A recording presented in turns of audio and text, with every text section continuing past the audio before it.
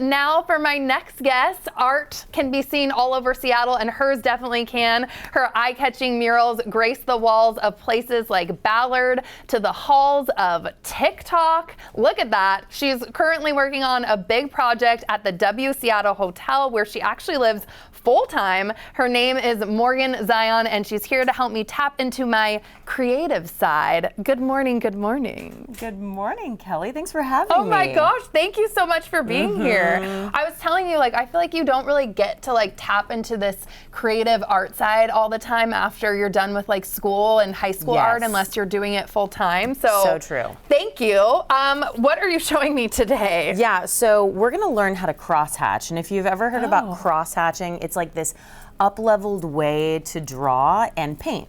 So up-leveled just meaning it looks really good, but actually it's a very simple process of creating lines over themselves. So we're actually going to start by creating this little salmon.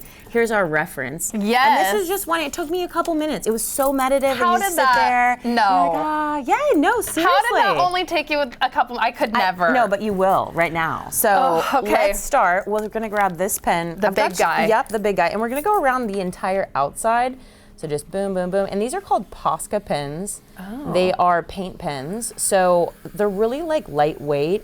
You don't have to worry about mess and clean up. So a lot of times I think people get carried away with painting. They're like, oh, it's going to be this huge process. I'm going to have to clean up. That's what I think. Yeah, oh, is this just going to totally mess up my kitchen table? But right. But these are no mess, really easy to clean up. And also they just glide so smooth. Oh, and you do this technique quite a bit, right? I do, so why is this something that you love so much? You know, Kelly, like I was telling you, it's super meditative. I work a lot. So, thinking about drawing or painting sometimes outside of my work seems a bit daunting. But whenever I do this process, it's just so, like I said, meditative and calming and relaxing. And then when I see my end piece, I'm like, wow, this is really...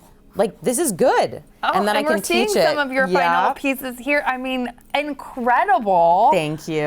So do you take different marker sizes to kind of go in, or how does that all work? And a great segue, Kelly. It's like you knew my mind right now. Oh, okay. Well, I'm still outlining, but you go, girlfriend. It's okay.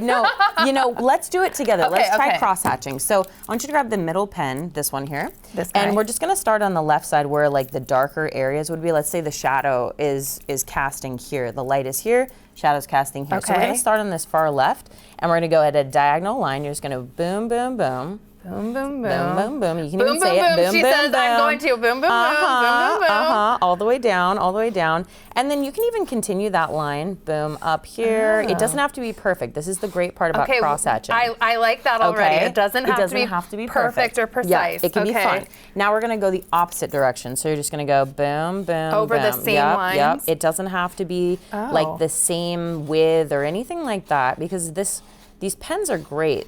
They just kind of let you continue and kind of the same width, but again, you're just creating some dimension. So we're just gonna keep going. Try and fill in this whole upper area. How'd you get into murals too? This is so incredible. Great question. It was during the pandemic.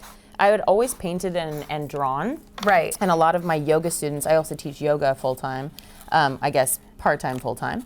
And then we're gonna cross-hatch again, actually. We're just gonna go up and down. And during the pandemic, a lot of my students who own businesses here in Seattle were having to close their businesses, as you remember. Right. And they just started reaching out to me like, hey, can you paint on my boarded up building? I'm like, yeah, sure, why not? Yeah. And that's when I started, Kelly.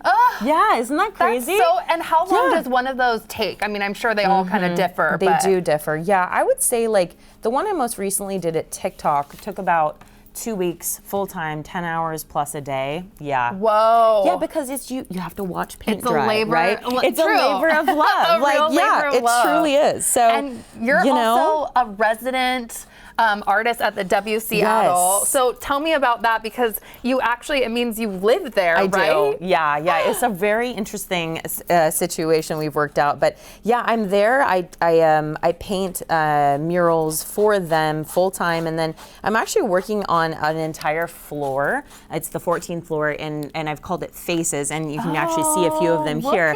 You are so talented. I'm jaw to the floor. I appreciate it. No, it's like I said, a labor of love, but all of it happened because I enjoy this process so much. And I was like, I want to see it bigger.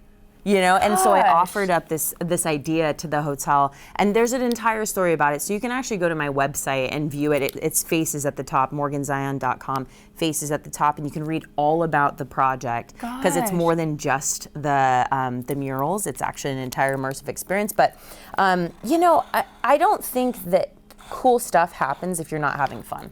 Like you have to have, you know, you have to have fun to create something that I think other people enjoy because you're enjoying it while you're making it. You know what I mean? Definitely. Okay, and what role do you think public art too just, you know, plays in shaping a city's identity? You know, that's a great question, Kelly. I think like I learned during the pandemic that because people were reaching out and they needed some like life, some spark, some spunk, it helped people's like their energy rise back up, you know, that feeling of like hope or the feeling of just like smiling again. And public art truly does that because one wall could just be completely plain one day and the next day it has life.